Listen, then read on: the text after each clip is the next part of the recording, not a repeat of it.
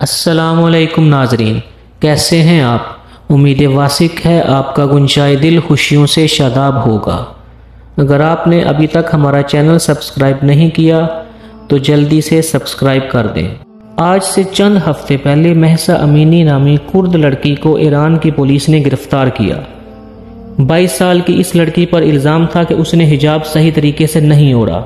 Police حراست کے دوران تشدد سے اس لڑکی کی موت واقع ہو گئی، جس کے بعد ایران میں بڑے پیمانے پر احتجاجی مظاہرے شروع ہو گئے۔ ان مظاہروں میں ایرانی خواتین نے بعض مقامات پر اپنے حجاب بھی اتار کر پھینک دیے۔ یہ ویڈیو سوشل میڈیا پر وائرس کی طرح پھیلی اور پوری دنیا نے دیکھی۔ ان مظاہروں کے نتیجے میں اب تک 158 افراد مارے جا چکے ہیں، جن میں خواتین بھی شامل ہیں۔ ایرانی حکومت کے ماڈل میں اس قسم کے احتجاج کی کوئی گنجائش نہیں۔ اس ماڈل کی بنیاد دو باتوں پر ہے۔ پہلی، ایران کی سخت گیر خارجہ پالیسی۔ ایرانی حکومت نے عوام کے سامنے ایک دلیرانہ تاثر قائم کر رکھا ہے کہ یہ دنیا کی واحد حکومت ہے جو امریکہ سے خوف نہیں کھاتی، اسرائیل کے خلاف ڈٹ کے کھڑی ہے اور مغربی یورپ کو جس نے تگنی کا ناچ نچا رکھا ہے۔ ایرانی عوام بڑی حد تک ان باتوں پر یقین رکھتے ہیں، سو یہ حکمت عملی ایرانی حکومت کو قانونی جواز فراہم کرتی ہے۔ ایرانی ماڈل کی دوسری بنیاد اندرون ملک ایک جابرانہ نظام پر ہے، جس نے جمہوریت کا لبادہ اوڑھ رکھا ہے۔ جمہوریت چونکہ مغربی تصور ہے، اس لیے ایران نے اسے مذہب کا چوگا پہنا کر عوام کے لیے قبول بنانے کی کوشش کی ہے، اور جو شخص بھی اس چوگے پر لگے داغوں کی نشاندہی کرتا ہے، پاسداران انقلاب اسے انقلاب کا دشمن قرار دے کر نشان عبرت بنا دیتے ہیں۔ مہسا امینی نے دراصل یہی جرم کیا تھا۔ ویسے تو پاسداران انقلاب ایک اعلیٰ قسم کی پولیس یا خصوصی فورس ہے جس کا کام انقلاب کے دشمنوں کو بے نقاب کر کے سزا دینا ہے، مگر اس کے علاوہ پاسداران انقلاب ملکی مفاد میں بڑے بڑے ٹھیکے بھی حاصل کرتے ہیں۔ اس کا ایک انجینئرنگ ونگ بھی ہے جو ایران کے تمام میگا پروجیکٹس پر کام کرتا ہے۔ ایران کی 1/3 معیشت ان کے زیر اثر ہے۔ شعبہ تعمیرات سے لے کر ڈیم بنانے تک، معدنیات نکالنے سے لے کر مواصلات کا نظام بنانے تک، کوئی ایسا بڑا کاروبار نہیں جو پاسداران انقلاب نہ کرتے ہوں۔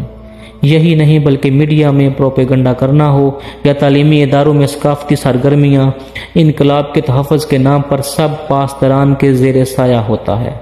یہاں سے فراغت پانے والے بھی گھر بیٹھ کر مکھیاں نہیں مارتے، بلکہ فوراً انہیں حکومت میں اعلیٰ ذمہ داریاں سونپ دی جاتی ہیں، اور ظاہر ہے یہ سب ملکی مفاد میں ہوتا ہے۔ اس ماڈل کا فائدہ اٹھانے والا ایک گروہ اور ہے، اور وہ ہے مذہبی طبقہ۔ ایران کی 1/3 زرعی زمین اس طبقے کے ہاتھ میں ہے۔ اوقاف کے زیر انتظام مختلف ٹرسٹ قائم ہیں جن پر اس طبقے کا مکمل اختیار ہے۔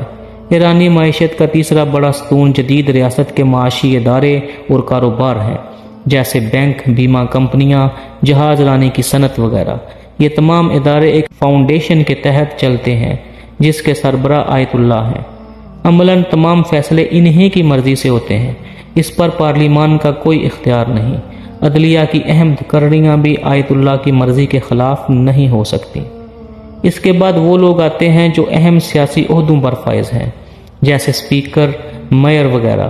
ان کے لیے ایرانی ماڈل میں یہ سہولت دی گئی ہے کہ وہ کاروبار جو پاسداران انقلاب سے بچ جاتے ہیں، ان سے یہ لوگ فائدہ اٹھا لیں۔ مثلاً حکومت انہیں کوئی پرمٹ دے دیتی ہے، جیسے کبھی ہمارے ہاں ہوتا تھا کہ اگر کوئی شوگر مل کا پرمٹ لے آتا تو اس کی لاٹری نکل آتی۔ سو ایران میں یہ پرمٹ سسٹم کام کرتا ہے، جس کا مقصد اہم لوگوں کو نوازنا ہے۔ یہ ایک ایسا نظام ہے جس میں پوری معیشت چند طاقتور گروہوں کے ہاتھ میں ہے، دولت کا ارتکاز مخصوص بلائی طبقے میں ہے، اور پارلیمان کے امیدواروں کی تطہیر ان کی شک 62-63 کے تحت علماء اور فقہاء پر مشتمل ایک کونسل آف گارڈین کرتی ہے۔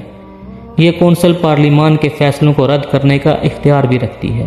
ظاہر ہے اس قسم کا نظام اس وقت تک نہیں چل سکتا جب تک اندرون ملک عوام کی مکمل ضبابندی نہ کر دی جائے، لہذا جو شخص اس نظام پر تنقید کرتا ہے اسے انقلاب کا دشمن بنا دیا جاتا ہے۔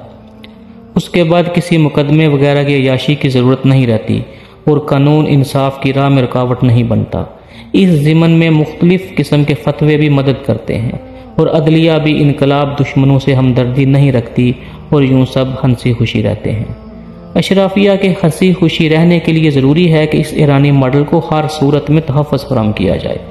مہسا امینی کا حجاب اوڑھنے کے قانون کی خلاف ورزی کرنا بظاہر ایک معمولی جرم تھا، مگر ایران کی رہنما پولیس کی نظروں میں وہ ایک باغی تھی اور بغاوت کی اس ماڈل میں کوئی گنجائش نہیں۔ لیکن پولیس حراست میں مہسا امینی کی ہلاکت نے ایرانی ماڈل کو ہلا کر رکھ دیا ہے۔ ایرانی خواتین جس دلیری کے ساتھ احتجاجی مظاہرے کر رہی ہیں، اسے پوری دنیا میں دیکھا جا رہا ہے، اور تو اور بھارت اور اسرائیل کے لوگ بھی ایرانی خواتین کی حمایت میں سامنے آ گئے ہیں۔ ویسے یہ ایک علیحدہ لطیفہ ہے، ان دونوں ممالک میں انسانی حقوق کے خلاف ورزیاں عروج پر ہیں۔ اسرائیل تو فلسطینیوں کو ان کے گھروں سے بے دخل کر کے وہاں اپنی بستیاں قائم کر رہا ہے، اور بھارت میں مسلمانوں کے ساتھ ویسا ہی سلوک شروع ہو چکا ہے جیسا ہٹلر کے دور میں یہودیوں کے ساتھ ہوا تھا۔ بھارت میں مسلمان اب گیٹوز میں رہتے ہیں۔ زیادہ بہتر یہ تھا کہ یہ دونوں ممالک ایرانی خواتین کے ساتھ اظہار یکجہتی کرنے کی بجائے اپنے ملک میں ہونے والے مظالم کے خلاف آواز اٹھاتے اور فرشتہ بننے کی بجائے انسان ہی بن جاتے، مگر اس میں لگتی ہے محنت زیادہ۔